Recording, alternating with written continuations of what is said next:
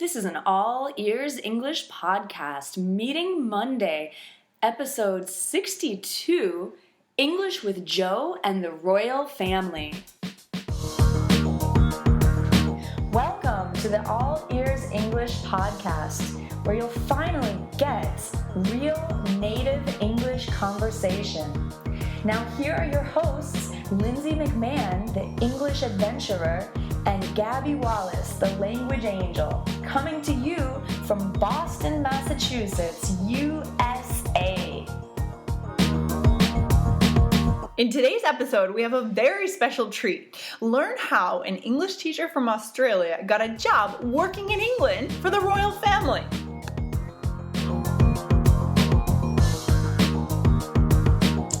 All right, so today we are here with Joe from the website EnglishWithJoe.com, and we're so excited to have you here today, Joe. Thanks so much for joining us.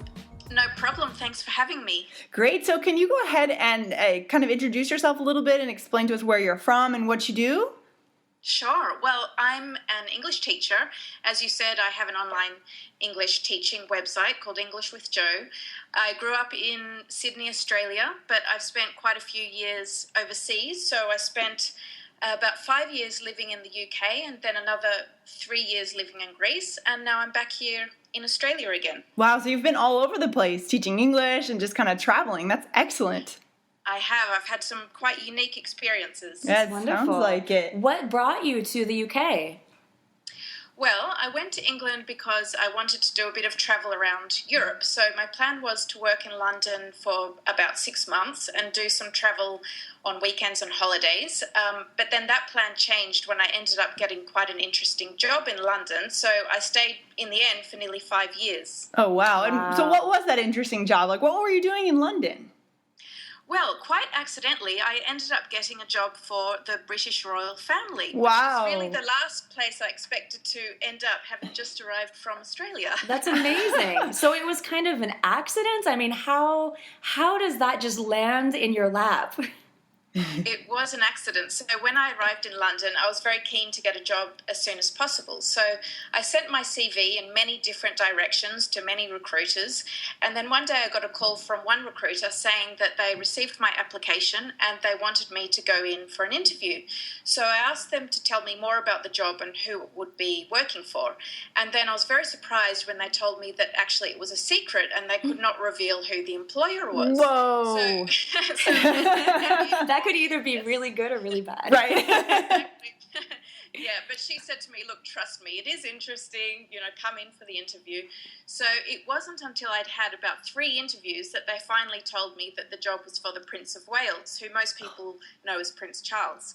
So in the end, I got the job and I worked in the office of Prince Charles for 3 years and then the office of Prince William and Prince Harry for 1.5 years. Wow, That's that is so a once-in-a-lifetime cool. experience, isn't it? That's so It cool. was. So what were your main duties in that position?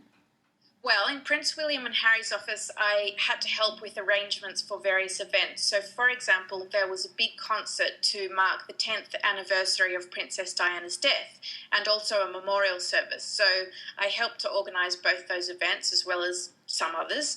And then in Prince Charles's office, I helped to organise many of his visits and engagements to outside organisations. Wow. So, for example, if he went or if he planned to visit a hospital, I would go with a team of people to that hospital ahead of time and we would plan what he would do and who he would meet during the visit, to make sure it would all go smoothly on the day. Yeah. A lot of logistics. Did you feel a lot of pressure in this position? Just kind of like you couldn't mess up? Yeah.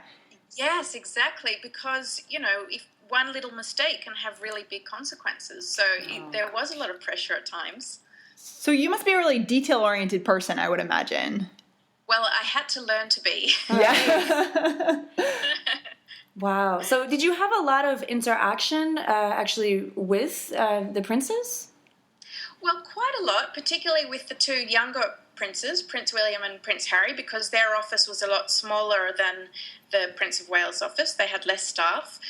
So I met them on a number of occasions, and I found them to be really charming, very polite, very friendly, That's wonderful. quite funny. Oh, Just very like cool. regular guys. Quite Wow, nice how to cool! How cool to see the human Yeah. side of such public figures. Exactly. Yeah, it was really nice. Was there anything you could share with us that was surprising, maybe that you didn't expect going in to work for the royal family, and something that you just found surprising? It's a good question. I think I didn't really have a good understanding of what the royal family was all about, to be honest, until I started working there. And a lot of people have this impression that the royal family, they really live the high life. And actually, this is one expression I wanted to tell you guys about, because Great. to live the high life really means to have a very luxurious way of living. And some people in the UK can criticize the royal family and say, oh, they just live the high life. You know, their life is very easy. They have all these luxuries. But when I started working there, I was really surprised to see how hard they all work. I mean, Prince Charles works every day of the year, even on holidays, from morning to night. Wow. And, you know, he does that because he really wants to. So he doesn't actually have to work as a prince, but he chooses to. And he does that because, you know, he's very passionate about all these issues. And so that actually really surprised me, because there is this public perception that the royal family just live the high life, and that they are given things on a silver platter, which is another really interesting expression. That's a great expression. Yes. What does that mean? So this means to receive something without having to work for it. Right. So a platter is like a serving dish. So if you can imagine being served things on a silver platter, it's very luxurious. And it's like saying you get all these wonderful things, but you don't have to do a thing to get it. So that's not actually the case then with the royal family necessarily. It's not the case, no.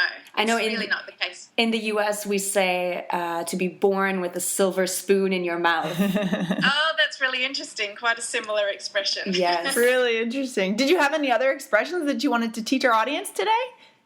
Yes, so one other expression is pomp and ceremony, and I suppose this is quite a British expression, yes. and it's used when describing really exciting state celebrations like a royal wedding, for example.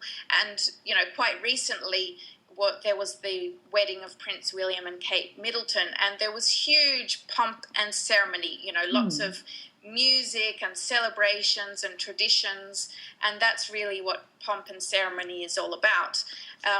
And although I wasn't lucky enough to go to the royal wedding because I had already left by then, I was lucky enough to witness lots of pomp and ceremony almost on a daily basis when I worked there, because at 11 o'clock every day they had this ceremony called changing of the guard. Oh, okay. This is where the Queen's soldiers and pipe band, they march from Buckingham Palace to St. James's Palace. They're quite close to each other. And as I would be sitting at my desk typing away at my computer, I could see all those soldiers in their beautiful outfits and huge black hats marching past my office window. So that was always really nice. So wow, exciting. that's incredible. Oh. What a cool memory for you. That's so cool. Yeah, it was really interesting. Oh, wow. That's wonderful. Well, tell us a little bit about your current projects. So at the moment, I teach English online. So the students are from many different countries around the world, from Asia and Europe and Middle East, and I just teach them online over Skype. So that's what I'm doing at the moment. Great. So do you focus on conversation skills in your teaching primarily? Yes, Okay. we do lots of conversation, and that's because a lot of people, you know, they learn grammar in school and from textbooks, but they really don't get the opportunity to speak to a native speaker or to speak English and to learn sort of real English, you know, the English that we use that's not written in textbooks, which I know is exactly what you guys do as well. Yeah, No, that's absolutely. great. We are on the same team. Yeah, I think that's really important. You know, that's something that English students really need at this time. So that's awesome. Well, we're excited about your projects. That's great. And yeah, tell our listeners where they can find you. What's the best place for them to look for you and your work? So the best place is at my website, which is englishwithjoe.com, and Joe is spelled just J-O, not J-O-E, which is for a man's name, so just englishwithjoe.com. Excellent. Perfect. Well, thanks so much for joining us today, Joe. It's been Yeah, really thank cool to you. hear about your experiences with the royal family. This has been really great. Well, thanks so much to you too. You guys have a really great show, so I'm happy to be part of it. Thank you. Our pleasure. Take care. You too. Bye. If you want to connect with us, come to our website, allearsenglish.com/win. That's WIN. We want to share the 4 ways to win at English. So again, come to allearsenglish.com/win to connect with us and learn the 4 ways to win at English.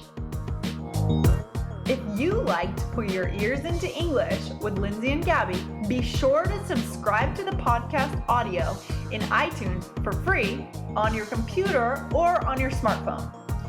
Thanks for listening to the All Ears English podcast. See you next time.